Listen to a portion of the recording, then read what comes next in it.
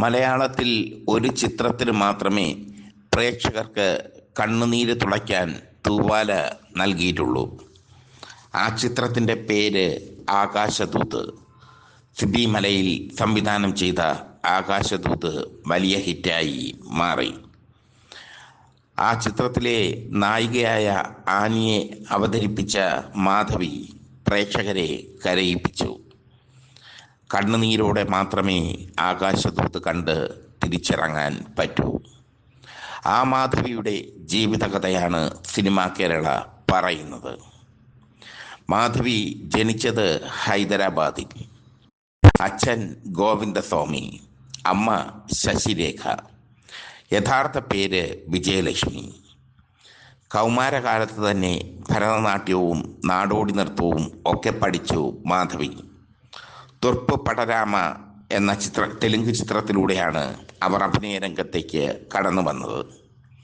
ആ ചിത്രം വലിയ ഹിറ്റായി മാറി. പിന്നീടാണ് മാധവിയുടെ ഭാഗ്യം തെളിഞ്ഞത്. കെ ബാലചന്ദ്രൻ്റെ മരോചരിത്ര എന്ന ചിത്രത്തിൽ കമൽഹാസനോടൊപ്പം അഭിനയിച്ചു. കമലിൻ്റെ ഉപനായികയായി മാറി. ആ ചിത്രം ഏക് ദുജേ കേ ലിയേ എന്ന പേരിൽ ഹിന്ദിയിലേക്ക് റീമേക്ക് ചെയ്തപ്പോഴും മാധവി ഉപനായിക വേഷം ചെയ്തു. അതോടെ ഹിന്ദിയിലും മാധവി ശ്രദ്ധിക്കപ്പെട്ടു. പിന്നീട് അങ്ങോട്ട് മാധവിയുടെ കാലമായിരുന്നു തെന്നിന്ത്യയിൽ. ടിക് ടിക് ടിക് എന്ന ചിത്രത്തിൽ മാധവി വിസ്മയിപ്പിച്ചു. 2 പീസ് അണിഞ്ഞാണ് കമൽഹാസനോടൊപ്പം ആ ചിത്രത്തിൽ മാധവി ആടിപ്പാടിയത്. ആ ചിത്രത്തിൽ സ്വപ്നയും ഒരു പ്രധാന വേഷത്തിൽ അഭിനയിച്ചു. രാജപാർവയാണ് മാധവിയുടെ മറ്റൊരു ചിത്രം. അതും കമൽഹാസൻ നായകനായ ചിത്രം. അതിലും കമൽഹാസനുമായുള്ള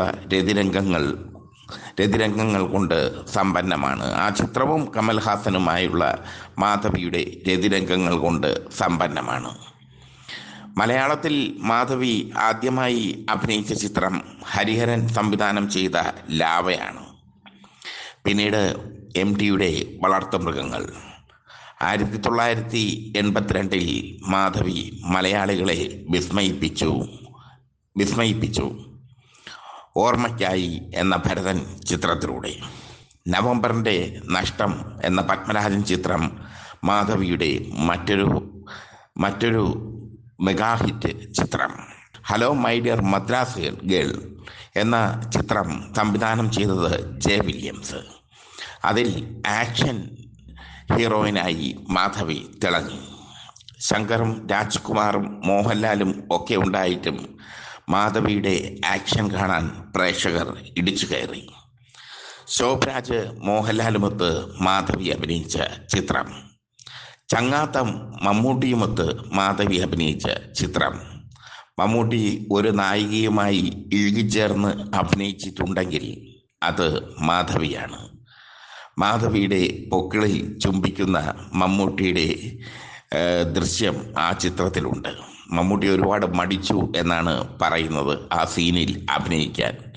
അങ്ങനെ ഒരു സീനിൽ അഭിനയിച്ചാൽ തൻ്റെ കുടുംബ പ്രേക്ഷകർ തന്നെ വിട്ടു പോകും എന്ന് മമ്മൂട്ടിക്ക് ഭയമായിരുന്നു. പക്ഷേ മാധവി മമ്മൂട്ടിക്ക് ധൈര്യം കൊടുത്തു. ഒരു വടക്കൻ വീരഗാഥയിലെ ഉണ്ണിയാർച്ചയിലെത്തുമ്പോൾ മാധവിയുടെ അഭിനയം അത്യുന്നത തലങ്ങളിലേക്ക് പോകുന്നു. ആകാശദൂതിലെ ആ ദുരന്ത കഥാപാത്രത്തെ ആർക്കാണ് മറക്കാൻ കഴിയുക? സ്വകാര്യ ജീവിതത്തിൽ മാധവി ഒരുപാട് ഗോസിപ്പുകൾക്ക് വിധേയമായിട്ടുണ്ട്. കമൽഹാസനും മാധവിയും തമ്മിലുള്ള ബന്ധം ഒരു കാലത്ത് ചർച്ചാ വിഷയമായിരുന്നു. കമൽഹാസൻ്റെ ടിക് ടിക് ടിക്കിലും രാജപാർവയിലും ഒക്കെ ഇഴുകിച്ചേർന്നാണ് മാധവി അഭിനയിച്ചത്. കമൽഹാസനും മാധവിയും പ്രണയത്തിലാണെന്നും ഡേറ്റിങ്ങിലാണെന്നും ഒക്കെയുള്ള വാർത്തകൾ വന്നു.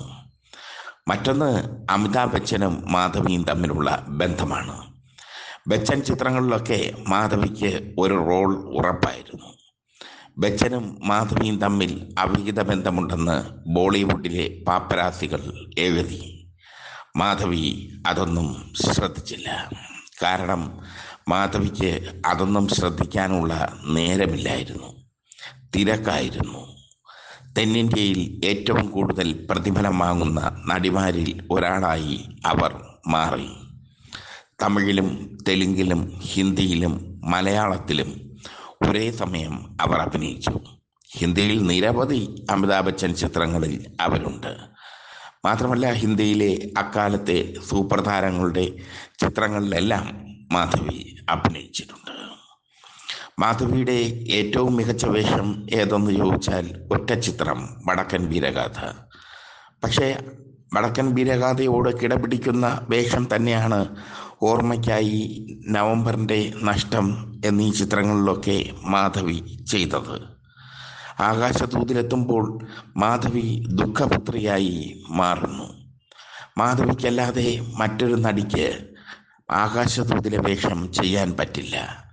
അതാണ് മാധവിയുടെ പ്രത്യേകത. സ്വകാര്യ ജീവിതത്തിൽ മാധവി ഒരുപാട് വിവാദങ്ങൾ ഉണ്ടാക്കി. അഭിനയ ജീവിതത്തിലും മാധവി യുവാക്കളെ ത്രസിപ്പിച്ചു. മാധവിയുടെ നഗ്നത കാണാൻ ടിക് ടിക് ടിക്ക് പല പ്രാവശ്യം കണ്ട യുവാക്കളുണ്ട്. മാധവിയും കമൽഹാസനും തമ്മിലുള്ള രതിരംഗങ്ങൾ കാണാൻ രാജപാർവെ പല പ്രാവശ്യം കണ്ട യുവാക്കളുണ്ട്. അങ്ങനെ എല്ലാ അർത്ഥത്തിലും യുവാക്കളുടെ തരംഗമായിരുന്നു മാധവി. വലിയ സൗന്ദര്യം മാധവിക്കില്ലായിരുന്നു. അത് ശ്രദ്ധേയമായൊരു കാര്യമാണ്. വലിയ സൗന്ദര്യം ഇല്ലായിരുന്നിട്ടും മാധവി അഭിനയ രംഗത്ത് ശ്രദ്ധ പ്രകടിപ്പിച്ചു. ശരീരത്തിൻ്റെ ഉടലഴകുകൾ നന്നായി പ്രദർശിപ്പിച്ചു മാധവി. മാധവിയുടെ കണ്ണുകളായിരുന്നു അവരുടെ ഏറ്റവും വലിയ പ്രത്യേകത. വിടർന്ന കണ്ണുകൾ, വിടർന്ന കണ്ണുകളിൽ അഭിനയ സാഗരം. അതാണ് മാധവി. അതാണ് മാധവിയുടെ ഏറ്റവും വലിയ പ്രത്യേകത. കണ്ണുകൾ കൊണ്ട് അഭിനയിക്കുന്ന നടി എന്ന് മാധവിയെ വേണമെങ്കിൽ വിശേഷിപ്പിക്കാം. സെന്റിമെന്റ്സ് രംഗങ്ങൾ നന്നായി ചെയ്യാൻ മാധവിക്ക് കഴിയും. ആക്ഷൻ രംഗങ്ങളും നന്നായി ചെയ്യാൻ അവർക്കാവും. Hello my dear Madras girl എന്ന ചിത്രം അവരുടെ ആക്ഷൻ രംഗങ്ങൾ ചെയ്യാനുള്ള കഴിവിന് ഉദാഹരണമാണ്. ഒരുപാട് ചിത്രങ്ങളിൽ അവർ വ്യത്യസ്തമായ വേഷങ്ങൾ ചെയ്തു. ഓർമ്മയ്ക്കായി എന്ന ചിത്രത്തിലെ മാധവിയുടെ കഥാപാത്രം കണ്ണീരോടെ മാത്രമേ കണ്ടിരിക്കാൻ പറ്റൂ. ആ ചിത്രത്തിൻ്റെ ക്ലൈമാക്സ്. ആ ചിത്രവും മാധവിയല്ല മറ്റാരെങ്കിലുമാണ് അഭിനയിച്ചിരുന്നെങ്കിൽ പരാജയപ്പെട്ടു പോകുമായിരുന്നു. നവംബറിൻ്റെ നഷ്ടവും അങ്ങനെ തന്നെ.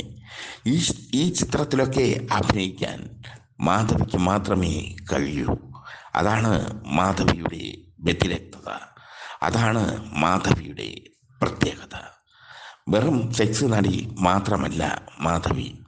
അഭിനയിക്കാൻ നന്നായി അറിയാവുന്ന, അഭിനയത്തിൻ്റെ രസതന്ത്രമറിയാവുന്ന നടി.